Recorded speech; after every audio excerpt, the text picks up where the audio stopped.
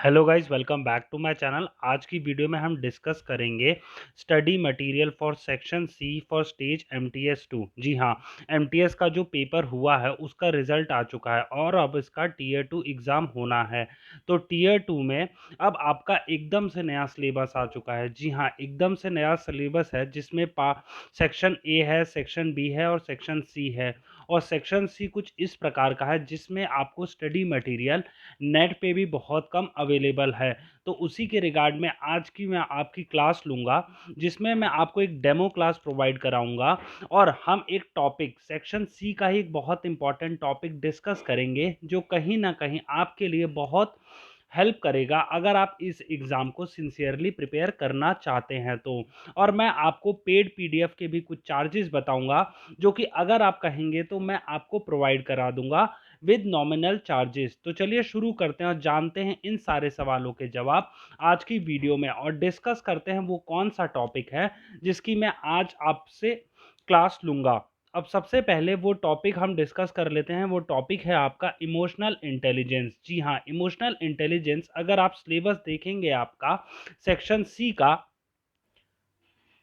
ये रहा आपका नोटिफिकेशन सेक्शन सी के बारे में, जिसमें 20 क्वेश्चंस आने हैं। जी हाँ, 20 क्वेश्चंस आने हैं और सेक्शन सी में इमोशनल इंटेलिजेंस आप देखेंगे तो ये रहा पोर्शन। जी हाँ, इमोशनल इंटेलिजेंस है जिसमें communication skills, interpersonal skills, emotional intelligence, positive and negative thinking skills, empathy and sympathy, situational analysis, health and hygiene, discipline, motivation, ये है। और आज की वीडियो में हम इमोशनल इंटेलिजेंस के ही बारे में टॉपिक के डिस्कस करेंगे। इमोशनल इंटेलिजेंस के टॉपिक को आप इस कोट से समझिए, anybody can become angry, that is easy, but to be angry with the right person and to the right degree and at the right time and for the right purpose and in the right way, that is not within everybody's power. जी हाँ, सही समय पे, सही degree में और सही time पे एंग्री होना किसी सही व्यक्ति के सामने एक बहुत मुश्किल काम होता है, जो हर किसी के बस की बात नहीं होती।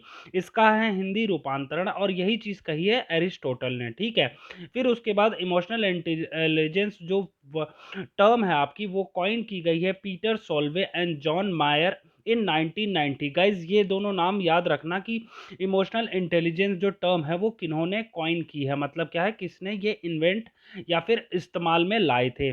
फिर उसके बाद ये पॉपुलर हुई थी 1996 में, from Dan Goleman books emotional intelligence why it can matter more than IQ. ठीक है, इस वाली किताब से, जिसका किताब का नाम था emotional intelligence why it can matter more than IQ, और ये किसने किया था, डैन गोलमैन की किताब थी जो कि 1996 में पब्लिश हुई थी। और उसके बाद इमोशनल इंटेलिजेंस का अब अर्थ क्या होता है, the ability to identify one's own emotions and those of others, harness and apply them to task and to regulate and manage them. ये होता है इमोशनल इंटेलिजेंस का डेफिनेशन। मतलब क्या है, अपने इमोशंस को आइडेंटिफाई करना, पहचानना और दूसरों के भी इमोशंस को पहचानना और उसको हार्नेस करना और अप्लाई करना टास्क में। जी हाँ, टास्क में इस्तेमाल करना और उनको रेगुलेट करना। मतलब क्या है, कहाँ मुझे ज़्यादा खुश होना है, कहाँ मुझे दुखी नहीं होना, कहाँ मैं दुख भी अकेले में परेशान भी हो जाऊँ तो कोई दिक्कत नहीं है, उसको कहते हैं इमोशनल इंटेलिजेंस। ठीक है, कहाँ कौन से व्यक्ति के सामने आपको अपने बात कहनी है, नहीं कहनी, गुस्सा करना है, प्रेम करना है, उसको इमोशनल इंटेलिजेंस कहा जाता है। Emotional quotient is a measure of one's emotional intelligence through a standardised test. मतलब क्या है, अब जो इमोशनल इंटेलिजेंस किसी को चेक करने का एक पैरामीटर या फिर कैलकुलेटर होता है, उसको कहते हैं इमोशनल क्वोशंट। ठीक है, इमोशनल क्वोशंट क्या होता है, इंग्लिश में अगर हम बात करें तो is a measure of one's emotional intelligence through a standardised test one's awareness of emotions in relation to self and others is known. ठीक है, एक स्टैंडर्डाइज्ड टेस्ट होता है इमोशनल क्वोशंट का। अब उसके बाद elements of emotional intelligence bye Daniel Goleman. अब इन्हीं की किताब थी जो छपी थी, जिसकी वजह से ये वर्ड बहुत ज़्यादा फेमस हुआ था। इसमें एलिमेंट्स हैं, कुछ एलिमेंट्स हैं जैसे सेल्फ अवेयरनेस है। सेल्फ अवेयरनेस मतलब अपने बारे में कुछ पहचानना या फिर अवेयर होना अपने बारे में। ठीक है, अपने इमोशंस के बारे में वो कैसे हैं और कैसे इवॉल्व करते हैं सिचुएशन के अकॉर्डिंग, उसको कहते हैं सेल्फ अवेयरनेस। ठीक है, इवॉल्व करना अपने ही सेल्फ अपने ही सेल्फ की फीलिंग को, ठीक है। सेल्फ रेगुलेशन मतलब क्या है, कहीं कुछ गुस्सा हुआ तो हम कुछ ज़्यादा ही तो गुस्सा नहीं हो जाते, और गुस्सा हो जा रहे हैं तो उसको हम खुद से कंट्रोल कर लें। या फिर हम बहुत ज़्यादा खुश तो नहीं हो जाते, खुश हो जाते हैं तो कुछ ज़्यादा ही खुशी में हम कुछ भी कर देते हैं। जैसे वो कौन बनेगा करोड़पति में, उसने ग्लास पे, जो ग्लास था, एक फर्स्ट विनर जो था ना करोड़पति का, उसने क्या किया था, पानी उठा के अपने सर पे डाल लिया था। तो ये कुछ ज़्यादा ही खुशी हो गई थी, वो कंट्रोल ही नहीं कर पाया था। इसको अगर वो खुद से रेगुलेट कर लेता तो उसको कहते हैं सेल्फ रेगुलेशन। इंटरनल मोटिवेशन, अब क्या है कि सपोज आपका कोई लॉस हुआ और आप बहुत परेशान हो गए और आप में नेगेटिविटी भरती जा रही है कि आपके सुसाइडल टेंडेंसी या फिर सुसाइडल थॉट्स आ जाते हैं। तो उस ऐसी सिचुएशन में जो आपके बहुत लो पॉइंट्स हैं उसमें आप मोटिवेट होते हैं, तो उसको इंटरनल मोटिवेशन कहते हैं। और नेक्स्ट है आपका एम्पैथी। एम्पैथी है awareness of the needs and feelings of others both individually and in groups. मतलब क्या है, एम्पैथी दूसरे की फीलिंग्स का आपको पता हो, और उसके बाद क्या है कि आप इंडिविजुअली, किसी के इंडिविजुअली भी और ग्रुप में भी, and being able to see things from the point of view others, मतलब दूसरे की दृष्टि से भी आप प्रॉब्लम देख पाए। जैसे आप भिखारी को सोचते हैं कि यार ये हमेशा भीख ही क्यों मांगता रहता है, बट कभी आपने ये दूसरी साइड से ये सोचा है कि यार इसके पास और भी क्या पॉसिबिलिटी है भीख मांगने के अलावा, क्या ये इतना कैपेबल है कि वो काम भी कर पाएगा कि नहीं, या फिर इसके पास इतने फाइनेंशियल रिसोर्सेज हैं या नहीं कि ये बिजनेस कर पाए। नहीं, ऐसा नहीं सोचते, बट आप अपने पर्सपेक्टिव से सोचते हैं। बट अगर आप दूसरे के पर्सपेक्टिव से सोचने लग जाएं और समझने लग जाएं उनकी फीलिंग्स को, तो उसको एम्पैथी कहा जाता है। सोशल स्किल्स क्या होता है, it is applying empathy and balancing the wants and requirements of others with one's. मतलब क्या है, एम्पैथी, सोशल स्किल्स क्या होते हैं कि दूसरों की प्रॉब्लम्स को समझना या फिर दूसरों की फीलिंग्स को समझना, और उनकी रिक्वायरमेंट्स और वांट्स, जो उनकी चाह है और उनकी जो ज़रूरतें हैं, उनको बैलेंस करना। मतलब आप ऐसे ना हो कि भिखारी भीख मांगने आया, आपने 10,000 रुपए दे दिए, नहीं, 10,000 रुपए तो यार वो तो कुछ बैलेंस तो हो नहीं पाया।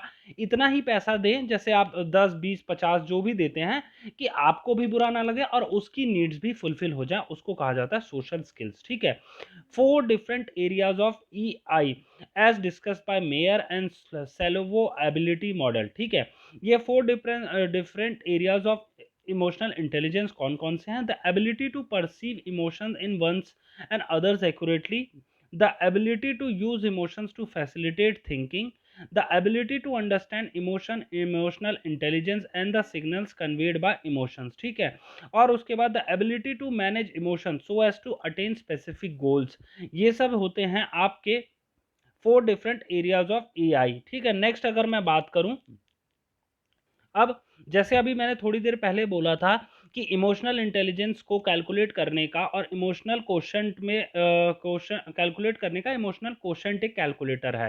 तो इमोशनल कोशेंट और इंटेलिजेंट कोशेंट, जिसको IQ कहा जाता है, और अभी तक का सबसे ज़्यादा IQ किसका है, वो है एल्बर्ट आइंस्टाइन का। इमोशनल कोशेंट और इंटेलिजेंट कोशेंट में डिफरेंस क्या है? EQ is a measure for person's level of emotional intelligence. मतलब क्या है, इमोशनल इंटेलिजेंस को हम चेक करते हैं EQ के द्वारा, वो पैरामीटर है एक। It refers to person ability to perceive, control, evaluate and express emotions, whereas IQ is a score derived from say one of several standardized tests designed to assess an individual intelligence। IQ लोगों की intelligence को design करने के लिए एक standardise test है। It is used to determine academic abilities and identify individuals with of the chart intelligence और mental challenges. मतलब क्या है, वो एक पर्टिकुलर सिचुएशन में कैसे रिएक्ट करता है उसके बारे में, और उसकी एकेडमिक एबिलिटीज को डिटरमाइन करने के लिए IQ इंटेलिजेंस है, ठीक है, इंटेलिजेंस क्वेश्चन है। नेक्स्ट है emotional question is centralised on abilities such as identifying emotions, evaluating how others feel, controlling one's emotions, perceiving how others feel, using emotions to facilitate social communication and relating to others. समझ आ गया आपको? Emotional question जो है आपका, वो emotions के चारों तरफ ही घूमता रहता है। वो चेक करता है कि इंसान कैसे अपने इमोशंस को कंट्रोल कर रहा है और दूसरे के इमोशंस को कैसे वो परसीव करता है, और सोशल कम्युनिकेशन वो कैसे करता है। Whereas IQ represents abilities such as visual and spatial processing, knowledge of world, fluid reasoning, working memory and short term memory and quantitative reasoning, मतलब वो क्वांटिटेटिव रीजनिंग को कैसे टैकल करता है, उसकी शॉर्ट टर्म मेमोरी कितनी strong है, working memory कितनी स्ट्रांग है, और उसके पास दीन दुनिया का नॉलेज है या नहीं। तो गाइस समझ आ गया अब आपको इमोशनल कोशेंट और इंटेलिजेंस कोशेंट में फ़र्क। नेक्स्ट आपका importance of EI in government services, मतलब हमारी देखिए आप गवर्नमेंट जॉब करने जा रहे हैं तो उसी के रिगार्ड में कहीं ना कहीं आपसे पूछा जाएगा कि इमोशनल इंटेलिजेंस का क्या फंक्शन होता है गवर्नमेंट सर्विसेज में। Targeting policies better, motivating subordinates, मतलब अपने से नीचे वालों को मोटिवेट करना। पॉलिसीज, अगर आप लोगों के इमोशन को समझ पाएंगे तभी तो आप पॉलिसीज उनके अकॉर्डिंग बना पाएंगे या फिर इम्प्लीमेंटेशन में हेल्प कर पाएंगे।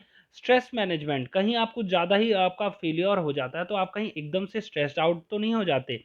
और फॉर चेंज वो भी बेटर वे में, जी हाँ, एक बेटर वे में चेंज को इसको कहा जाता है डिसीजन मेकिंग। जो आप जिसके लिए एक समान दुख, जो आप दुख, अगर आप सैड हैं तो कुछ ज़्यादा ही सैड नहीं है, हैप्पी हैं तो कुछ ज़्यादा ही हैप्पी नहीं है, नहीं, ऐसा एक डिसीजन मेकिंग में आपको बहुत ज़्यादा इमोशनल इंटेलिजेंस हेल्प करता है। फॉर बेटर कम्युनिकेशन, मतलब क्या है, अगर आप गुस्सा हैं और सामने वाला आपके पास आता है और आप उससे गुस्से से ही बात कर देते हैं, तो ये इससे क्या होगा, आपका इमोशनल इंटेलिजेंस कम है क्योंकि आपने अपना जो इमोशन है वो दूसरे पे हावी कर दिया। बट वहीं अगर आप एक समान हैं तो आप अगर से कोई सामने वाले से गुस्से से भी बात करेगा तो आप उससे आराम से बात करेंगे, और अगर खुशी से भी सामने वाला बात करता है तो उसी से खुशी से ही बात करेंगे, जो कि आपसे जनरली एक्सपेक्ट किया जाता है जब आप गवर्नमेंट सर्विसेज में होते हैं। तो इस वजह से आपका बेटर कम्युनिकेशन हो पाएगा। For maintaining balance in life, emotional intelligence आपके जीवन में एक समान आपका बैलेंस, जो लाइफ का बैलेंस है, जो कुछ ज़्यादा ही खुशी नहीं कुछ ज़्यादा ही दुखी नहीं, उसके अकॉर्डिंग चलता है, वही चीज़ मेंटेन करने में आपका इमोशनल इंटेलिजेंस वर्क करता है। नेक्स्ट है आपका on personal front, reason for emotional intelligence. अब इमोशनल इंटेलिजेंस का आपका पर्सनालिटी पे क्या फ़र्क पड़ेगा या फिर पर्सनल लाइफ में कैसे वो बेटरमेंट में काम करता है।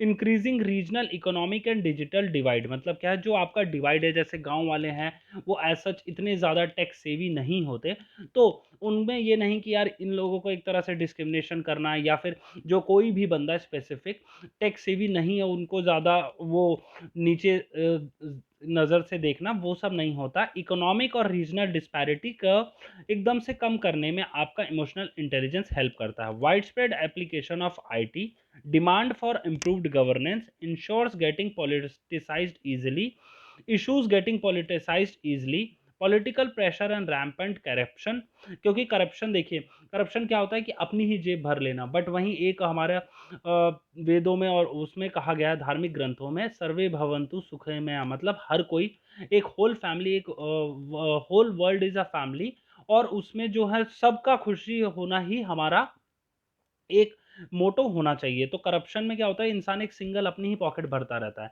बट ऐसा इमोशनल इंटेलिजेंट एक व्यक्ति होगा तो वो सोचेगा कि सबका भला हो, क्योंकि मेरे लिए सब एक समान है, चाहे वो मेरी खुशी हो वो सामने वाले की खुशी, मैं सबको खुशी को समझता हूँ, ठीक है। Decentralisation of governance to grass root level, thereby increasing responsibilities, मतलब क्या है, एक स्पेसिफिक पर्सन पे सारी रिस्पॉन्सिबिलिटीज होंगी, तो वो अपनी पावर, उसको एक ऑटोक्रेसी सी फील होगी। बट वहीं अगर छोटी छोटी पावर सब पे होंगी, जो कि हमारे महात्मा गांधी जी का भी वो था एम की, ग्राम पंचायत, पंचायती राज सिस्टम को इनिशिएटिव मिले या फिर एक थोड़ा सा मोटिवेशन मिले, क्योंकि फिर गांव की प्रॉब्लम्स गांव के लोग ही आपके सॉल्व कर पाएंगे, क्योंकि वही बेटर वे में समझ पाएंगे कि हमारे गांव की क्या प्रॉब्लम है। तो इस वजह से इमोशनल इंटेलिजेंस से आपका जो है डिसेंट्रलाइजेशन ऑफ पावर हो सकता है। Issues of globalisation, migration, terrorism, cyber crimes, information technology etcetera, समझ ही आ गया कि आपको माइग्रेशन, जो एक से छोटे शहरों से लोग बड़े शहर जाते हैं, वो ऐसा सच नहीं होगा, टेररिज्म भी एकदम से खत्म हो जाएगा, साइबर क्राइम एकदम से खत्म हो जाएगा, ठीक है। इंप्रूविंग इमोशनल इंटेलिजेंस, ये सब इंप्रूव किया कैसे जा सकता है, क्योंकि ये सब तो हमें पता चल गया, एडवांटेजेस क्या होंगे।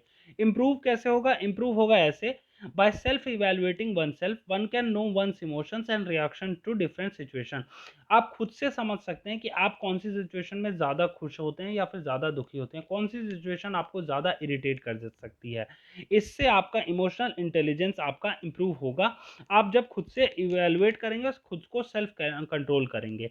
By observing one can comprehend feeling of others, मतलब क्या है, जब आप दूसरे को देखेंगे, दूसरे को ऑब्जर्व करेंगे तो उनकी खुशियों में भी खुशी ढूंढने की कोशिश करेंगे और उनके दुख में भी आप दुखी होने की कोशिश करेंगे। फिर ये नहीं होगा कि आप कुछ भी करके एट एनी कॉस्ट हाइट पे जाना चाहेंगे, चाहे वो आप अपने दूसरों के डेड बॉडीज पे ही खड़े हों, पर आप हाइट पे जाना चाहेंगे नहीं। इमोशनल इंटेलिजेंस में आप सब एक समान को, सबको एक समान समझेंगे, चाहे वो आपको पड़ोसी हो, चाहे वो आपको, आप किसको जानते हो और नहीं जानते हो। By improving one's expression one can communicate better, मतलब क्या है कि आप किसी से गुस्से में नहीं बात करेंगे, आप सबसे खुश होके या फिर एक समान बात करेंगे, वो भी एक इमोशनल न्यूट्रल फीलिंग लेके, ये नहीं कि आप एकदम से परेशान है एकदम से खुश हैं, neutral feeling. By analysing the impact of one action over others one can fine tune the actions, मतलब क्या है, आप रिएक्शन नहीं करेंगे, आप रिस्पॉन्ड करेंगे। समझे आप? रिएक्शन क्या होता है? इंस्टेंट, कि कैसे किसी ने मेरे को गाली दी तो मैं उसको भी गाली दे दूं, नहीं। आप पहले उसको समझेंगे कि इसकी क्या स्टेट ऑफ माइंड था, फिर उसी के अकॉर्डिंग, मतलब अगर वो परेशान है तो उसको कंसोल करने की कोशिश करेंगे, उसको सिंपैथी देंगे। इससे इमोशनल इंटेलिजेंस का आपका, इस वजह से आप अपना इंप्रूविंग इमोशनल इंटेलिजेंस बढ़ा पाएंगे। ठीक है गाइस, तो ये हो गया। और लास्ट में, nowadays organisation take initiative to improve emotional intelligence among the employees through different group activities, exercises, seminars. अब आजकल क्या कर रही है ऑर्गेनाइजेशन इमोशनल इंटेलिजेंस को बढ़ाने के लिए वेरियस एक्टिविटीज, एक्सरसाइजेस, सेमिनार्स और टेस्ट करती हैं। हाउएवर इमोशनल इंटेलिजेंस जो है आल्सो इंप्रूव्स विद एज या फिर मैच्योरिटी। अब बच्चे को आपने देखा होगा, अगर उसको खिलौना नहीं मिलता तो वो तुरंत परेशान होकर रोने लग जाता है, या फिर उसको तो थोड़ी देर में कुछ देर में फिर वो खुश भी हो जाता है। तो ये एकदम से हाइट ऑफ फीलिंग हो गई और एकदम से डाउन वाली फीलिंग हो गई। बट वहीं जब आप एक समान मैच्योर हो जाते हैं तो आपको फिर रियलाइज होता है कि भाई नहीं, कि समान जीवन क्या है, आने जाने का मतलब है, ये नहीं कि सिर्फ कुछ कुछ क्षण में आप खुश हो जाएं, कुछ क्षण में परेशान हो जाएं। सेम चीज़ आपको मैच्योरिटी से ही गेन हो पाती है, ये वाली थिंकिंग। तो यही चीज़ इस वाले आर्टिकल में कही गई है। लास्ट में लगा एक कोट है बहुत famous, rule your feelings lest your feelings rule you, मतलब क्या है, आप अपनी फीलिंग्स को कंट्रोल करें, ना कि आपकी फीलिंग्स आपको कंट्रोल करने लग जाएं। और ये किन्होंने कहा है? पब्लियस, मेरी प्रोनाउंसिएशन हो सकता है गलत हो, बट गाइज मुझे जो समझ आ रहा है वो है पब्लिलियस साइरस। ठीक है गाइज, तो गाइज ये हो गया आपका इमोशनल इंटेलिजेंस का टॉपिक कवर। नेक्स्ट वीडियो में मैं आपको मिलूंगा ऐसे ही किसी इंटरेस्टिंग टॉपिक के बारे में। और गाइज एक और चीज़ है, अगर आपको पेड पीडीएफ पसंद है तो आप कमेंट बॉक्स में प्लीज़ बता दीजिएगा कौन कौन लोग पेड पीडीएफ के लिए इंटरेस्टेड हैं। मैं उनके लिए एक ग्रुप बना के टेलीग्राम में, और उस पीडीएफ चार्जेस होंगे अराउंड 100 रुपीज़, जिसका सेक्शन सी पूरा मैं आपको उस पीडीएफ से कंप्लीट करवा दूंगा। अगर आप इंटरेस्टेड होंगे तो प्लीज़ कमेंट बॉक्स में अपना इंटरेस्ट बता देना, मैं उसी के अकॉर्डिंग जल्दी से जल्दी आपके लिए पेड पीडीएफ लाने की कोशिश करूंगा। और उसमें क्या होगा वो सारी चीज़ें आपको वीडियोस टू कम में पता चल जाएंगी। बट अभी के लिए आप अपना इंटरेस्ट शो कर सकते हैं। और अगर ये आपको जो आज का सेशन था पसंद आया हो तो इस वीडियो को लाइक कर देना और चैनल को सब्सक्राइब जरूर कर लेना, अपने सेक्शन सी स्पेसिफिक जो कि विश्व भारती एमटीएस एग्जाम के लिए होने वाला है, उसके लिए अच्छे से तैयारी करने के लिए। ठीक है गाइज, ये था आज का video. Thank you for watching.